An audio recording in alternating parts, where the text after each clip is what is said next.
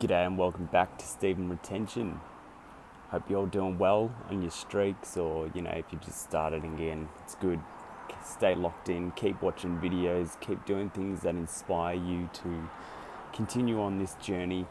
It's been a pretty interesting week within the YouTube kind of semen retention community because I've noticed that there's been a bit of beef between some content creators, but also I've noticed that a lot of people are slipping up. A lot of people are slipping. And look, there's no point being a fence sitter. That's not what retainers do. Retainers aren't out here trying to please people. That's not what semen retention does to your body. A legitimate retainer chooses his path and sticks to it. And if he has some sort of insight to take him onto another path, it will do that. So I guess what I'm trying to say is when it comes to semen retention, real recognizes real. It's pretty easy to know who's legitimately on the practice and who might just be a bit of a wolf in sheep's clothing, so to say. So today I'm not really going to dabble on drama because I don't really care about drama and all that kind of stuff, but I just want to say, coming up to 1 year of SR, I can safely say that you can see through a lot of people's BS, and that's definitely one ability you get with long streaks. So first off, I want to respond to a comment just made on my telepathy video, just in regards to what's it got to do with semen retention. Well, I thought I'd make a video kind of just outlining the spiritual benefits of semen retention and how that kind of helps you in all these different aspects, whether they be these psychic abilities like telepathy and stuff like that as well.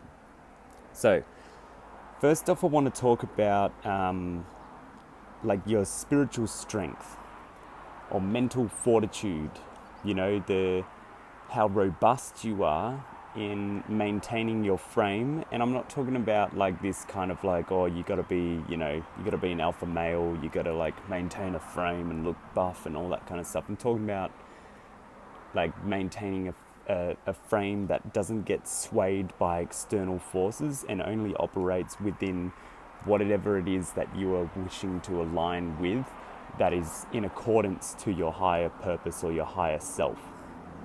So I could just summarize this as strength, okay? So with strength, semen retention helps you with that assertiveness. You'll literally just go up and ask for things to be done if they need to be done. You won't be straying around the truth. You won't, some people are going to think that you're a little bit rude because of it. But it doesn't matter. If you're not insulting them, being assertive is not an issue. And in fact, we need to be a bit more assertive these days because it seems to me that a lot of people just don't know what to do and someone needs to say it for them. And there's a bit of a certainty about you. So, in my own life, I've noticed that I've been going through this kind of reduction, and minimalism kind of thing, and kind of just like removing a lot of things out of my life because they don't actually benefit my life at all, and they're kind of just a time-wasting kind of activity or habit. And I've realized that it's just that kind of certainty of knowing that what I actually do and I actually do enjoy is 100% aligned with me. And when you're on semen retention, that really amplifies when you're off it, when you're relapsing and all that kind of stuff. You don't have that certainty. You do not have certainty. You're easily swayed. You're always going to be asking for other people's opinions. You care about what people think, and that's not certainty. Certainty is an internal thing. You don't need the validation of other people or anything. You don't need science to back you up. You don't need, some psychologist to back you up. You don't need a mathematician to back you up. All these things. That's not what's going to help you have certainty. Retaining your essence is going to result in certainty. And the last thing in regards to strength is discernment. So being able to see through the BS, being able to see through all these things that might be bad decisions, using your mind's eye, using your power in order to create these proper decisions. And I say proper because I think there's like a difference between making a decision and making a proper decision. You know, we make decisions on a subconscious level and a conscious level every moment of the day and the night. So yeah, it's like that's going to really help you cut through and realize, nah, I'm not going to do this. So for example, it could be like, oh, you know, you're feeling a little bit hungry, you might want to go get some takeaway food. But when you're on SR, you just have that inner kind of robust nature where your chest is up a bit more, and you're feeling a little bit stronger, and you're just like, nah, I'm not going to do it. I'm not going to go screw up my body for a temporary kind of fix.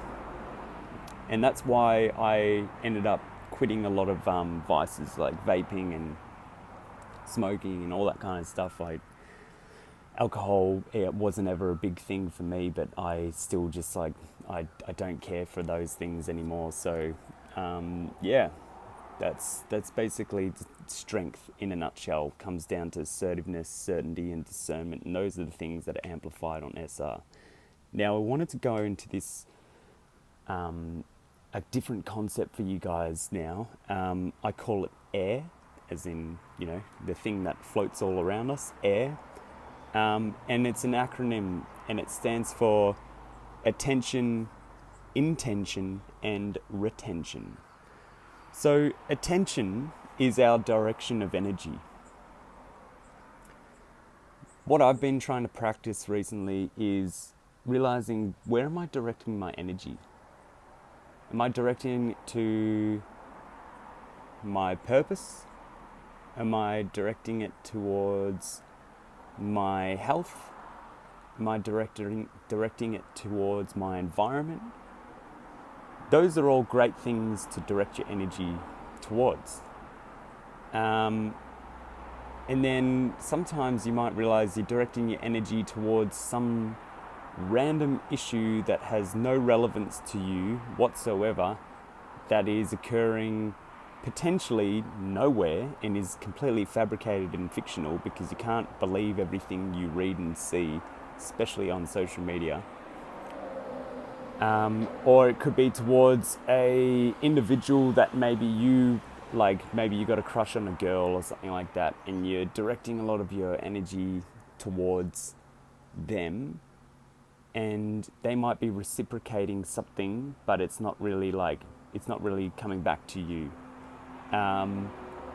You know, like for example, in my case, there's been this person that's been with this girl that's been liking a lot of my things on Instagram, watching all my stories, all that kind of stuff. Then I go send her like one message. Haven't sent her any messages before. Send her one message, inviting her out to a gig, and then she left me on scene. So I was just like, okay, this is someone I've met before, and you know, we've done the deed. So it's kind of like one of those things where it's like, well, I'm directing my energy towards someone that I don't think is worth my time.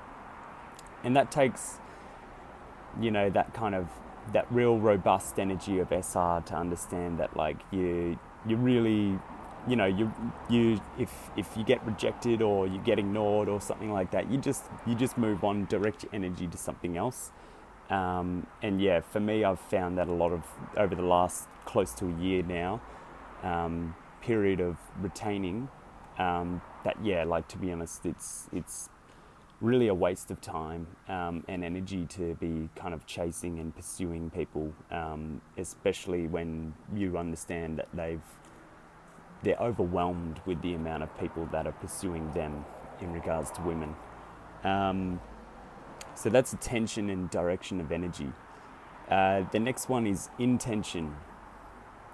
So intention is, like the word suggests, in. So attention is out, and then intention is inwards. So we're talking about soul alignment and your purpose. So intention is when you wake up, or at any point in time, you can be like, my intention is to hold a good posture for as long as I can today. And then I'm going to repeat that 10 times. I'm going to hold a good posture for as long as I can today. Oop, now my posture is adjusting. Oh yeah, I'm going to hold my posture well for as long as I can today. And you're setting that intention. It's basically like you're programming yourself into any way of being. That's what intention is.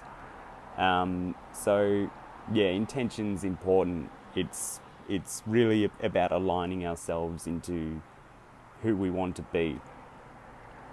Whereas retention is the cultivation of energy. And the cultivation of energy is important because we need to, like these plants all around me, we need to continue to propagate and expand and populate this energy. So that's what cultivation is. It's cultivating. It's growing. It's something that's manifesting inside you. So that's what we do when we're cultivating our energy. Is we're retaining. When you don't retain, you're losing your energy. It's just really that simple, guys. It's if you do long streaks, you understand you never really want to let it go. And I remember when I first started getting into this, I remember a girl that I was seeing at the time, I remember releasing, and then basically it got to the point where I realized that, I felt really bad afterwards. I was like, wow, I didn't want that to happen. And it was funny because she was like, oh yeah, I know. Yeah, because you felt really good with it, didn't you? And then I was just like, yeah. But then I could kind of tell that she was just happy inside because it happened. But you could tell that she didn't want the best for me, that's for sure. So that's kind of like what was going on there. Is retention is energy cultivation. So that's the AIR acronym. Attention, intention, and retention. Just want to finish this video with a couple of little philosophical, I guess, just thoughts. There really is no answer. There is no answer to anything. There is no real solution to anything. The reason why I practice SR is because from my own lived experiences, it feels like a solution to a problem. But now the problem doesn't exist. So therefore, why do I still do it, I guess? That's the question. Well, the reason why I do is because I haven't lived enough of an experience to eclipse the amount of time that I have been living the other experience.